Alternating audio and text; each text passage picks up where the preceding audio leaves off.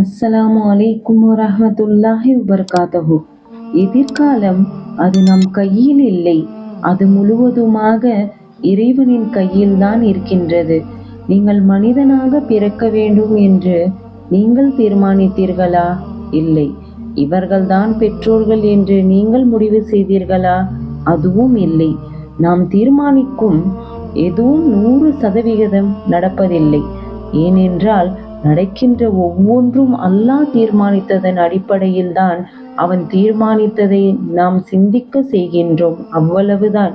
எதிர்காலத்தை பற்றி அதிகம் சிந்திக்காதீர்கள். அது எதுவாக இருந்தாலும் நீங்கள் கடந்துதான் ஆக வேண்டும். இறைவனிடம் இருந்து புறப்பட்ட நாம் இறைவனிடமே சேர்ந்தாக வேண்டும்.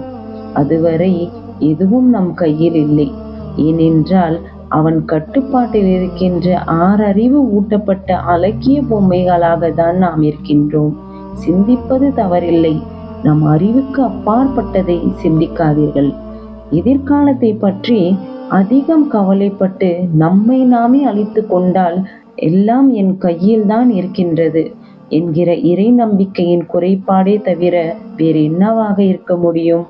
நீங்கள் ஒவ்வொரு தொழுகைக்கு பிறகு அதிகம் பிரார்த்தித்தால் பிரார்த்தனையை செவியேற்பவன் அந்த ரப்புல் ஆலமீன் அதன் பொருட்டு நன்மையாக மாறலாம்.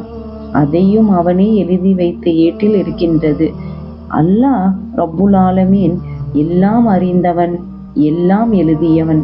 அல்லாஹ் தன் திருமறை குர்ஆனில் 11வது அத்தியாயத்தில் 6வது வசனத்தில், உணவளிக்க அல்லாஹ் பொறுப்பேற்று கொள்ளாத உயிரினம் ஒன்றுமே பூமியில் இல்லை. அவை உயிருடன் வாழுகின்ற இடத்தையும் அவை இறந்து போகும் இடத்தையும் அவன் அறிந்தே இருக்கின்றான். இவை அனைத்தும் லாஹுல் மஹபூல் எனும் தெளிவான அவனுடைய பதிவு புத்தகத்தில் பதிவாகி இருக்கின்றது என்று ரப்புல் ஆலமீன் கூறியுள்ளான். ஆகவே அவன் நாடியதே நடந்தது, அவன் நாடுவதே நடக்கின்றது, அவன் நாடுவது மட்டுமே நடக்கும். நாம் செய்ய வேண்டியது என்ன? இறைவனை வணங்க வேண்டும். உங்கள் முயற்சிகளை முழுமையாக செய்யுங்கள். பிறகு முடிவை அவனிடமே விட்டுவிடுங்கள்.